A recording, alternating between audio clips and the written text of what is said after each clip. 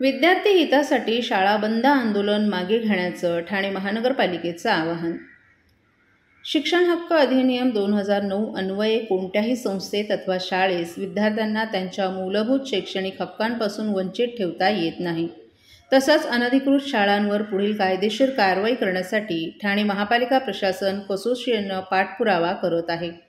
त्यामुळे आपल्या शाळांमधील विद्यार्थ्यांचं शैक्षणिक हित लक्षात घेता आपण आपलं आंदोलन तात्काळ मागे घ्यावं आणि प्रशासनास सहकार्य करावं अशी विनंती इंडिपेंडेंट स्कूल संघटनेस करण्यात आली आहे. ठाणे महानगरपालिकेचे शिक्षण अधिकारी कमलकांत म्हेत्रे यांनी इंडिपेंडेंट स्कूल संघटनेस या संदर्भात पत्र लिहिले. त्यामध्ये शिक्षण विभागानं अनधिकृत शाळाबाबत प्राधान्यानं आणि सातत्यानं केलेल्या कारवाईचा तपशील दिला आहे. अनधिकृत शाळांमध्ये पालकांनी त्यांच्या पाल्यांचे प्रवेश घेऊ नये यासाठी व्यापक जनजागृती. अनधिकृत शाळांची यादी यापूर्वी 28 मार्च 2023 ते 11 जुलै 2024 आणि 20 जुलै 2024 रोजी स्थानिक वृत्तपत्रांमध्ये आणि संबंधित शाळांच्या दर्शनी बाजूच्या फ्लेक्सद्वारे प्रसिद्ध करण्यात आली होती. अनधिकृत शाळांना वेळोवेळी कारणे दाखवा नोटीस देण्यात आल्या आहेत. तसंच अनधिकृत शाळांवरती शासन निर्देशानुसार फौजदारी गुन्हे दाखल करण्यात आले आहेत. ठाणे महानगरपालिका क्षेत्रात एकूण 81 अनधिकृत शाळा असून विद्यार्थी पटसंख्या 19,708 आहे. अनधिकृत शाळेतील विद्यार्थ्यांचं समायोजन अधिकृत शाळेत करण्यासाठी सर्व मान्यताप्राप्त शाळा व्यवस्थापनाची सहविचार सभा वेळोवेळी घेण्यात आल्यात. विद्यार्थ्यांच्या समायोजनाबाबत आणि मान्यताप्राप्त शाळांनी त्यांच्या शैक्षणिक शुल्कामध्ये सवलत देण्याचं मान्य केल्याचंही यात नमूद करण्यात आले.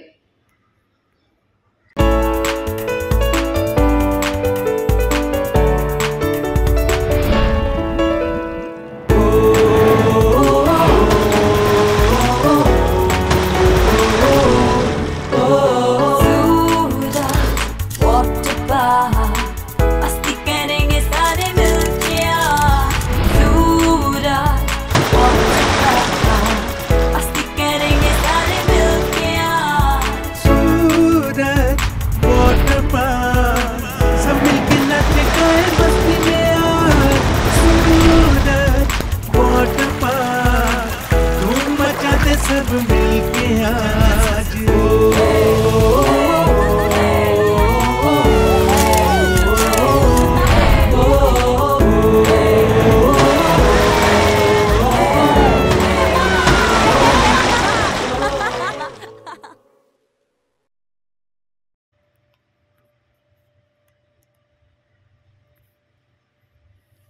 पक्षाभिनिवेश विसरून मराठी भाषेसाठी, मराठी मायबोलीसाठी तमाम मराठी मनं जुळताना दिसली. त्याचा मनापासून आनंद वाटला.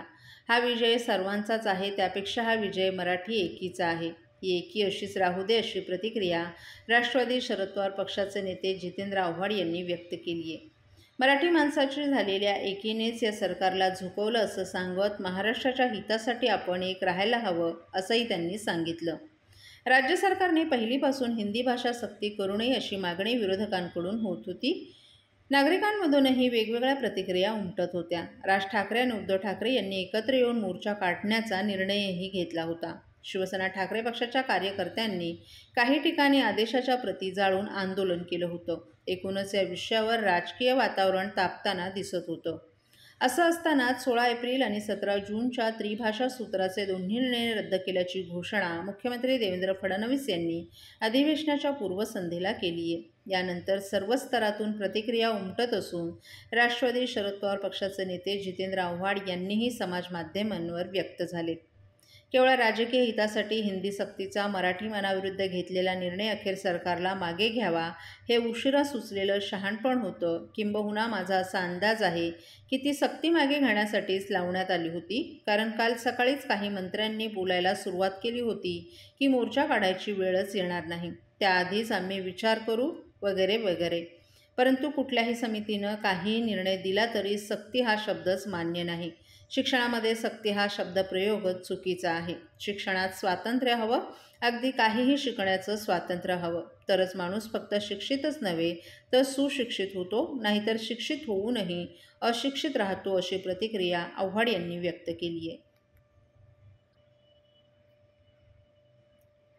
एसटीच्या लांब आणि मध्यम पल्ल्याच्या प्रवासासाठी आगाऊ आरक्षण करणाऱ्या पूर्ण तिकीटधारी प्रवाशांना तिकीट दरात 15% सवलत दिली जाणार आहे. ही योजना दिवाळी आणि उन्हाळी सुट्टीच्या गर्दीचा हंगाम वगळता वर्षभर सुरू राहणार आहे. या योजनेची सुरुवात 1 जुलैपासून करण्यात येत आहे.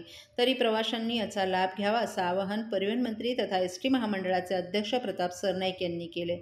1 जून रोजी एसटीच्या 77व्या वर्धापन दिन परिवहन मंत्री तथा एसटी महामंडळाचे अध्यक्ष प्रताप सरनाईक यांनी कमी गर्दीच्या हंगामामध्ये लांब पल्ल्यांच्या बसमधून प्रवास करणाऱ्या प्रवाशांनी आगाऊ आरक्षण केल्यास त्यांच्या तिकिटात 15% सूट देण्यात येईल अशी घोषणा केली होती. त्यानुसार ही योजना सर्व प्रकारच्या बससाठी 1 जुलैपासून लागू करण्यात येत आहे. अर्थात ही योजना पूर्ण तिकीट काढणाऱ्या प्रवाशांसाठीच लागू राहणार आहे. येत्या आषाढी एकादशी आणि गणपती उत्सवाकरिता आगाऊ आरक्षण करणाऱ्या प्रवाशांना या योजनेचा लाभ घेता येऊ शकतो. राज्यभरातून पंढरपूर येथे जाणाऱ्या नियमित बसेसचं आरक्षण प्रवाशांना केल्यास त्यांना त्यांच्या तिकीट दरात 15% सवलत 1 जुलैपासून लागू होत आहे. तथापि जादा बसेससाठी ही सवलत लागू असणार नाही. तसंच गणपती उत्सवासाठी कोकणात जाणाऱ्या चाकरमानी प्रवाशांना देखील आगाऊ आरक्षण केल्यानंतर या तिकिटाचा लाभ घेता येऊ शकेल. मुंबई पुणे मार्गावर धावणाऱ्या एसटीच्या प्रतिष्ठित ई-शिवनेरी बसमधील पूर्ण तिकीट काढणाऱ्या प्रवाशांना या योजनेचा जास्तीत जास्त लाभ घेता येईल. आगाऊ आरक्षण करणाऱ्या प्रवाशांनी प्रत्यक्ष तिकीट खिडकीवर public.msrtccourse.com या एसटीच्या अधिकृत संकेतस्थळावर अथवा MSRTC बस रिझर्वेशन या मोबाईल ॲपद्वारे तिकीट आरक्षित केल्यास त्यांना 15% सवलत प्राप्त होऊ शकते.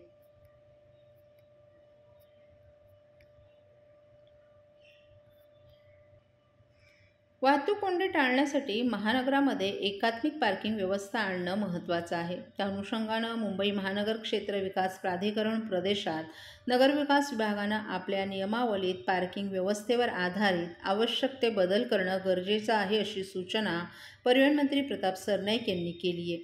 भविष्यात शहराच्या विकास आराखड्यामध्ये महापालिकेनं पार्किंगसाठी विशेष जागा उपलब्ध करून देणं बंधनकारक ठरणार आहे.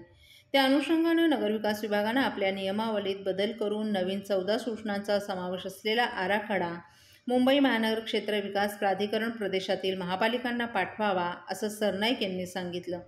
नगरविकास खात्याचे अतिरिक्त सचिव असीम गुप्ता यांनी भविष्यात रस्त्याच्या कडेला असलेल्या अवैध पार्किंगमुळे होणारी वाहतूक कोंडी टाळण्यासाठी महापालिकेनं आपल्या मोकळ्या जागेवर पे अँड पार्कवर आधारित पार्किंग व्यवस्था निर्माण करणं गरजेचं आहे. तसंच खाजगी सोसायटी आणि जागा मालकांच्या पूर्व परवानगीनं कार्यालयीन वेगळ्या पश्चात पे अँड पार्कवर आधारित पार्किंग व्यवस्था निर्माण करण्यासाठी देखील महापालिकेनं चाचपणी करणं आवश्यक आहे. याबरोबरच जे रस्ते रुंद आहेत त्या रस्त्यांवर वाहतूक कोंडी होणार नाही अशा प्रकारे महापालिकेनं 1 दिवस आड पार्किंग व्यवस्था निर्माण केली पाहिजे. तसंच पे अँड पार्कवर आधारित असलेली पार्किंग व्यवस्था ही मनुष्य हस्तक्षेपाशिवाय होण्यासाठी फास्टॅगवर आधारित असल्यास लोकांना त्याचा सहज वापर करणं शक्य होईल. तसंच पार्किंगचं शुल्क हे अतिशय कमी ठेवावं जेणेकरून लोकांना परवडेल आणि ते सहजगत्या उपलब्ध पार्किंग व्यवस्थेचा फायदा घेतील अशी सूचना सरनाईक यांनी यावेळी केली. बघा पूर्ण जगामध्ये जी झपाट्यानं वाढलेली लोकसंख्या ज्या ज्या शहरांमध्ये आहे त्या शहरांमध्ये वाहतूक कोंडीचा प्रचंड मोठ्या प्रमाणात सामना करावा लागतो. फक्त भारत त्याला अपवाद नाही तर जगामध्ये कुठल्याही शहरी भागामध्ये तुम्ही जा, ठाणे असू द्या, पुणे असू द्या, नागपूर असू द्या, नाशिक असू द्या, जी शहरी भाग आहे ती जास्तीत जास्त लोकसंख्या त्या भागामध्ये वाढते तशी लोकांना 4 व्हीलर 2 व्हीलर 3 व्हीलर घेण्याची प्रेरणा त्यांना मिळते आणि त्या माध्यमातून ते गाड्या घेतात. परंतु पार्किंगची व्यवस्था कुठेही योग्य प्रकारे नसल्या कारणानं हा वाहतूक कोंडीचा सामना सर्वसामान्य प्रवाशांबरोबर इतर लोकांना सुद्धा करावा लागतो. ही वस्तुस्थिती नाकारता येणार नाही की ठाण्यामध्ये वाहतूक कोंडी फार मोठ्या प्रमाणात होते आणि तीही घोडबंदर रोडला जास्त होते. पण घोडबंदर रोडचं रुंदीकरण ज्या पद्धतीनं शिंदे साहेबांचे मुख्यमंत्री असताना आम्ही सर्व्हिस रोड मर्ज केला तर 6 महिन्यामध्ये ते काम पूर्ण झाल्यानंतर ती वाहतूक कोंडी टळेल असं आमचं 100% आम्हाला खात्री आहे. आणि त्याचबरोबर गायमुख ते फाउंटन पर्यंत आम्ही 30 मीटर असलेला रस्ता 60 मीटर पुढे करतोय. त्यामुळे तीही वाहतूक कोंडी जे सातत्याने होत राहते ती कमी होईल. परंतु शेवटी येणाऱ्या वाहनांची संख्या आणि पार्किंगची संख्या याचा समतोल नसल्या कारणानं हे प्रश्न उद्भवतात. त्यामुळे लवकरच राज्य शासनाच्या माध्यमातून परिवहन खात्याचा मंत्री म्हणून मी पार्किंग धोरण आणणार आहे. नुकतीच आमच्या नगरविकास खात्याचे प्रधान सचिव असीम गुप्ता आणि त्याचबरोबर संजय सेठी जे आमच्या खात्याचे प्रधान सचिव आणि इतर महापालिकेच्या सगळ्या आयुक्तांची संयुक्त बैठक झाली. 6 महिन्यामध्ये ह्या संदर्भातला अहवाल आम्हाला प्राप्त होईल आणि पुढील वर्षापासून ह्या महाराष्ट्रामध्ये पार्किंग धोरणाची आम्ही अंमलबजावणी करणार आहे. आणि महापालिकेचं कर्तव्य असणार आहे की ज्यांनी गाड्या घेतल्या त्यांचं जर स्वतःची पार्किंगची व्यवस्था नसेल तर महापालिकेनं त्यांना पार्किंग उपलब्ध करून द्यावं, अशा प्रकारचं ते धोरण असेल आणि त्यामुळे वाहतूक कोंडीची जी समस्या ती फार मोठ्या प्रमाणात कमी होणार. महाराष्ट्रातील भगिनींना आधार देणारी राज्य शासनाची मुख्यमंत्री माझी लाडकी बहीण योजना. या योजनेअंतर्गत अल्प उत्पन्न गटातील 21 ते 65 वयोगटाच्या भगिनींना मिळणार दरमहा 1500 रुपयांची मदत. अर्ज करण्यासाठी 31 ऑगस्ट 2024 पर्यंत मुदतवाढ. कुटुंबाचं वार्षिक उत्पन्न 2.5 लाख रुपयांपेक्षा कमी असलेल्या महिला पात्र. कुटुंबाकडे पिवळं किंवा केशरी रेशन कार्ड असल्यास उत्पन्नाचा दाखला आवश्यक नाही. पांढरं रेशन कार्ड असेल किंवा रेशन कार्ड नसेल तर कुटुंबाचं वार्षिक उत्पन्न 2.5 लाखांपेक्षा कमी असल्याचा दाखला आवश्यक. योजनेसाठीचा ऑनलाईन अर्ज नारी शक्ती दूत ॲपवरून किंवा पोर्टलवर भरता येईल. ज्या भगिनींना ऑनलाईन अर्ज भरता येत नसेल त्यांच्यासाठी अंगणवाडी, ग्रामपंचायत, वॉर्ड ऑफिस, सेतू सुविधा केंद्रामध्ये किंवा आशाताई बचत गटाच्या CRP यांची मदत उपलब्ध. आता आपल्याला अभिमानानं म्हणता येईल, सुखी आणि सुरक्षित आहे माझी लाडकी बहीण.